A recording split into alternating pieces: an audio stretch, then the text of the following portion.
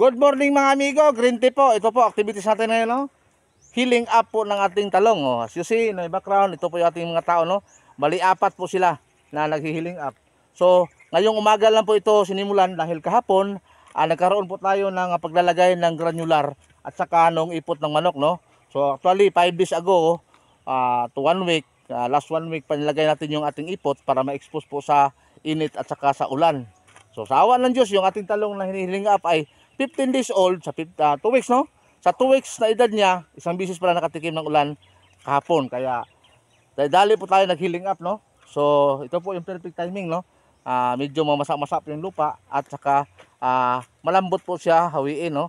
O, yung dito, yung natira ng araro sa gitna, yung putik niya, ilagay lang po natin sa row ng ating talong para madali po siyang tumubo at sa ganun pa man, yung ating talong kapag nahiling up po natin ng maayos, no, ay marami po siya kung magsanga. So, automatic yan, kapag marami ang sanga, automatic expected yan, marami din ang bunga. Okay.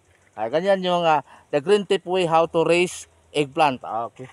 So, ganyan lang po, tirahin natin, ipakita natin, ipa-close up natin.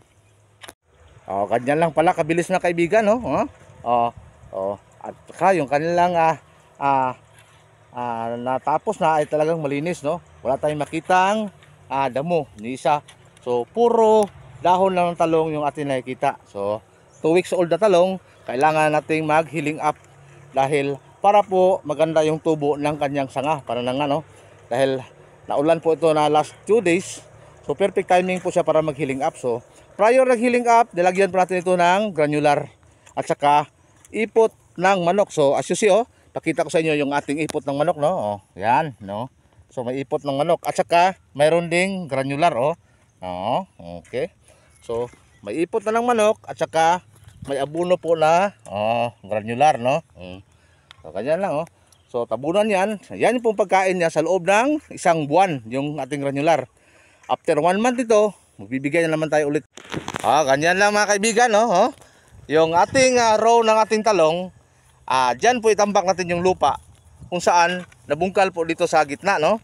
So ganyan po, no? So simple lang, no? Hawiin lang yung lupa sa gitna at ilagay sa puno, no? Kailangan yung talong, ang makita lang ay 3 hanggang 4 na dahon lang, mula sa talbos para po maximize yung kanyang pagkatabon at sa ganun ay marami po siyang sanga, tutubo po yung maraming sanga sa talong. So the more ang sanga, automatic, the more ang bunga, di ba? So ito po ang resulta mga kaibigan, Isa po ito sa mga resulta, yan, So malinis na po, wala na pong damo dahil binungkal po ng ating saan yun? Nasaan yun? Ayun, yung ating kalabaw, So ganito lang mga kaibigan, yan, So tinira yung gitna ng araro at pagkatapos ay ito na po ang resulta niya. So healing up po, Ang edad po ng ating talong ay gani kadlaw 15 dias. 15 dias. So, tawa ni Lord sa 15 dias na edad ng talong, isang bisis pa lang inulan, no? Kaya dali tayong nag-healing up.